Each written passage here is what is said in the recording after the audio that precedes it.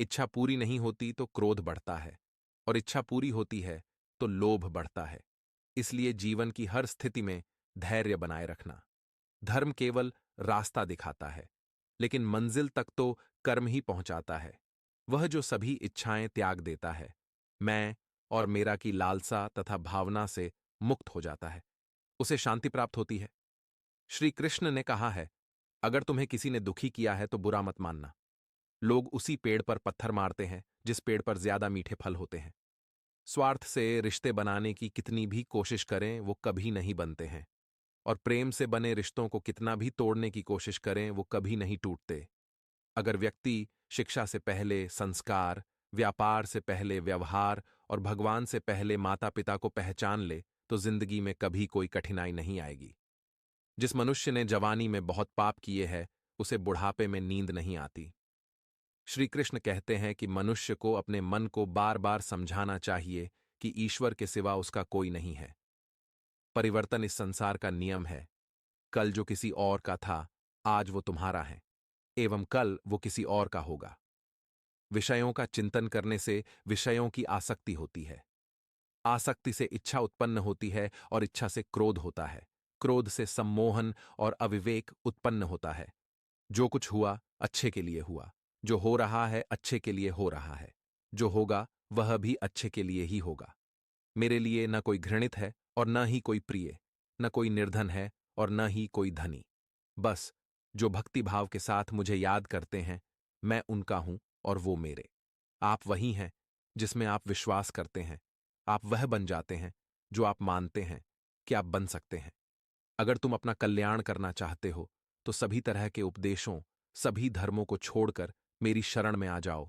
मैं तुम्हें मुक्ति प्रदान करूंगा। जिस इंसान के चारों तरफ नकारात्मक लोग रहते हैं, उस इंसान का मंजिल से भटक जाना तय है। जिंदगी में सब कुछ खत्म होना जैसा कुछ भी नहीं होता। हमेशा एक नई शुरुआत हमारा इंतजार कर रही होती है। आप केवल निस्वार्थ भाव से कर्म कीजिए, केवल वही आपके हाथ में है। मनुष्य कितना भी गोरा क्यों ना हो, परंतु उसकी परछाई सदैव काली होती है। मैं श्रेष्ठ हूं, यह आत्मविश्वास है, लेकिन सिर्फ मैं ही श्रेष्ठ हूं, यह अहंकार है। व्यक्ति जो चाहे बन सकता है, यदि विश्वास के साथ इच्छित वस्तु पर लगातार चिंतन करें। प्रेम सदैव माफी मांगना पसंद करता है और अहंकार सदैव माफी सुनना पसंद करता है। जो रास्ता ईश्वर ने आपके लिए खोला है, उसे कभी भी कोई बंद नहीं कर सकता। मनुष्य का जीवन केवल उसके कर्मों पर चलता है। जैसा कर्म होता है वैसा उसका जीवन होता है। एक बार माफ करके अच्छे बन जाओ, परंतु दोबारा उसी इंसान पर भरोसा करके बेवकूफ कभी न बनो। मन की गतिविधियों, होश, श्वास और भावनाओं के माध्यम से भगवान की शक्ति सदा तुम्हारे साथ है।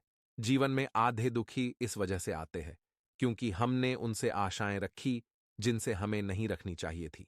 मैं ही इस सृष्टि की रचना करता हूं, मैं ही इसका पालन पोषण करता हूं और मैं ही इस सृष्टि का विनाश करता हूं। जब संसार में धर्म की हानि होगी, अधर्म की विजय, तब मैं इस पृथ्वी पर अवतार लूंगा। शांति से भी दुखों का अंत हो जाता है, और शांत चित्त मनुष्य की बुद्धि शीघ्र ही स्थिर होकर परमात्मा से युक्त हो जाती है। हमारी आस्था की परीक्षा तब होती है जब हम जो चाहे वो न मिले, और फिर भी हमारे दिल से प्रभु के लिए शुक्रिया ही निकले। लोग अक्सर सच कहने से बचते हैं या डरते हैं, पर सत्य कभी छुप नहीं सकता और न ही कभी मिट सकता है। कितना भी छुपा लें, पर सच तो उजागर हो ही जाएगा। जो बात सच पर आधारित हो, उसे करने या कहने और मानने से कभी नहीं डरना चाहिए। इंद्रियों के अधीन होने से मनुष्य के जीवन में विकार और परेशानियां आती है। सुख दुख का आना जाना सर्दी गर्मी के आने जाने के जैसा ही है, इसलिए इन्हें सहन करना सीखना ही उचित है।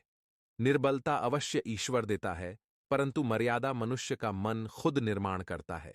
जीवन में वाणी को संयम में रखना अनिवार्य है, क्योंकि वाणी से दिए हुए घाव कभी भरे नहीं जा सकते।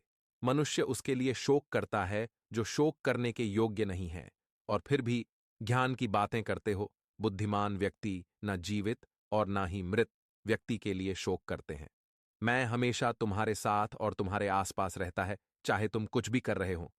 जो हुआ अच्छा हुआ, जो होगा अच्छा होगा। स्वयं को मुझ पर छोड़ दो, अपने कर्म पर ध्यान दो।